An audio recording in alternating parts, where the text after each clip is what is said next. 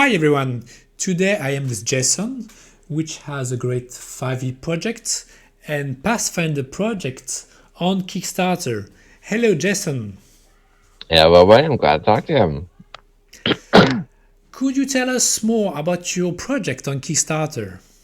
Oh, sure. Yeah, the current project is called Ultimate Faeries, and it's a series of not just one book but several books together. There is a bestiary book of a little over 300 pages of I think 240 or so fae and fairy tale infused creatures, and the companion volume to that is called Fairy Campaigns, which has all kinds of class options, adventures, and all manner of you know rules for integrating the Fae into your campaign in a way that's not just okay. Hey, there's some fairy creatures, but they're pretty much just like any other monsters. But really working in things that make encounters with the Fae strange and weird, and how to integrate that into your campaign. Making your characters making bargains with fairy creatures or having relationships with them that kind of go and grow. And there's sort of staging tips for GMs. There's, as I said, there's spells, there's magic items, there's several complete adventures. With another one, we're close to unlocking as a stretch goal for a third complete adventure.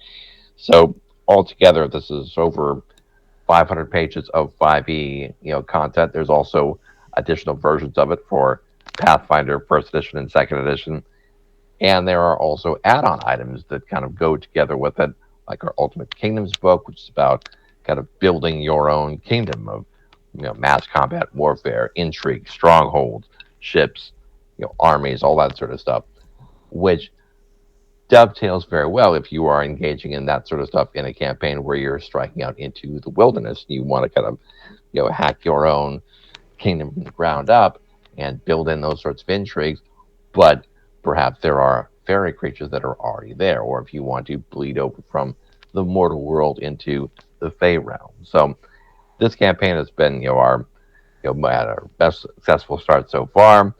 We're well over 1,000 backers at the halfway point, and heading on towards the end of November, November 30th, when the campaign ends. But we're looking forward to kind of spreading the word and having more people come on board. Great! And did you have some additional mechanics, maybe to create characters or.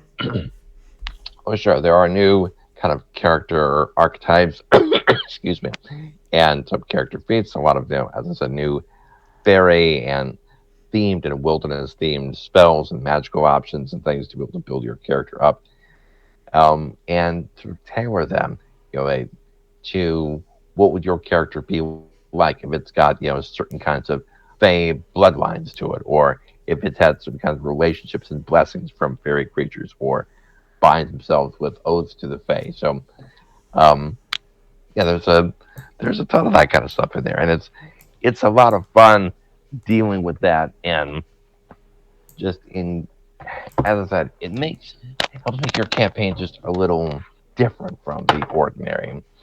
So there's excuse me, different kind of druid circles, different kinds of bard colleges.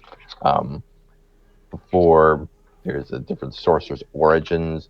There's the unicorn charger for a ranger archetype that it's a unicorn that works with them.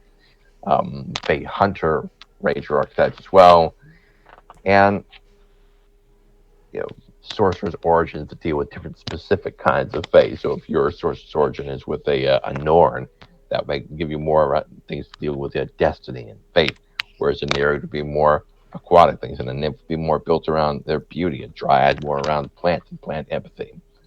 As there are warlock pacts and pact boons, the pact of the black woods for an otherworldly sort of patron. So we've worked to kind of incorporate a lot of different stuff that really plays with a lot of, as I said, the the tropes of the kind of strangeness. So it's not just again fairy tales where they're basically elves but smaller, but the kind of oddness that you might see in a Guillermo del Toro sort of movie, or that kind of just mysterious stuff about why the Fae sort of change everything they meet. And specifically as some of the from the GM side, mechanics for dealing with Fae bargains. What are the benefits you can get from making a deal with the Fae? What are the costs and all sort of, if you want to get out of the bargain, is there an escape clause?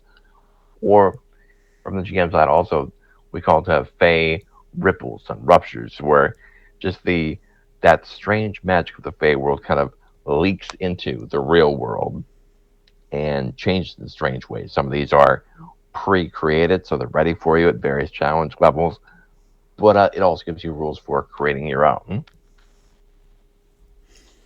Okay, okay.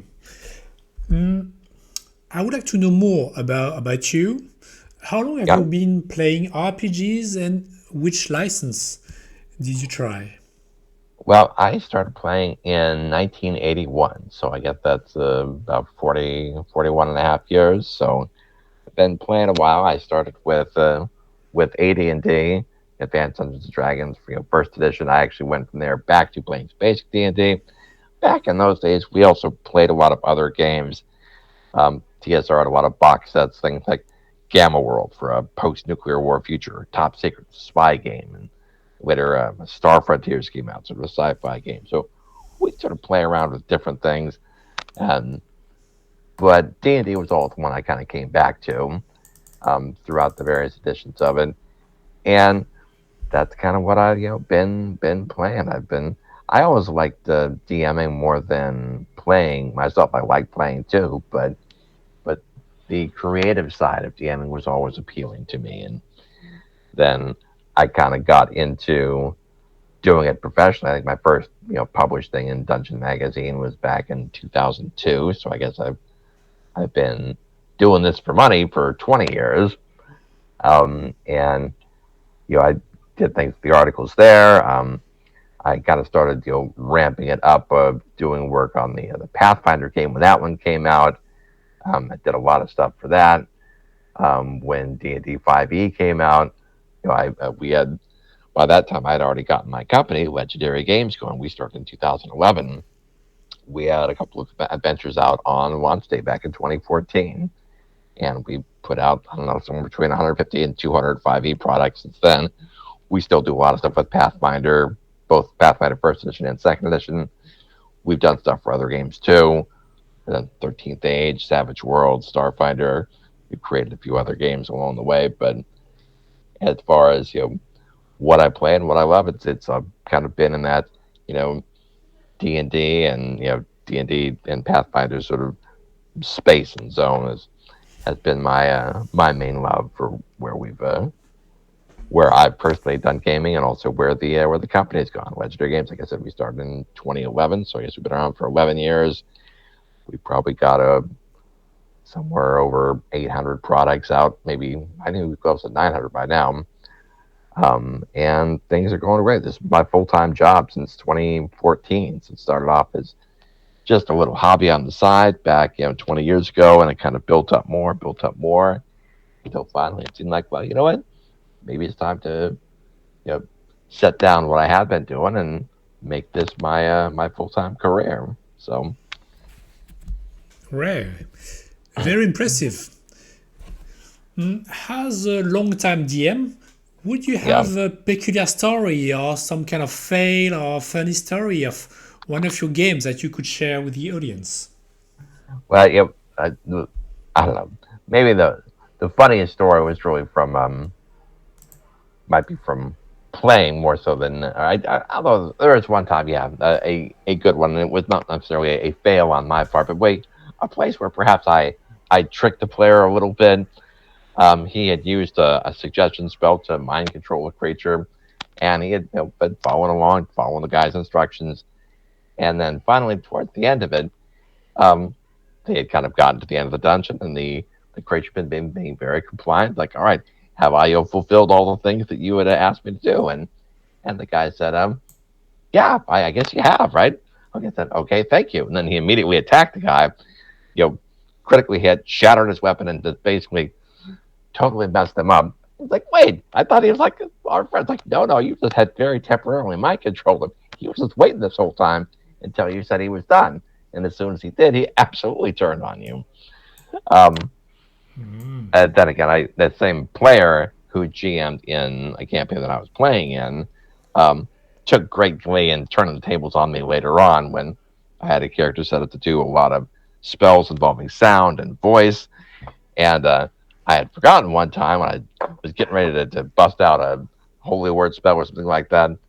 And at that moment, I had forgotten that I had surrounded myself with this zone of silence area so that beyond a certain range, I couldn't be affected by the enemy stuff. But then my spell also did not affect them. And I said, okay, well, I guess my turn's over. I'm done. Thank you.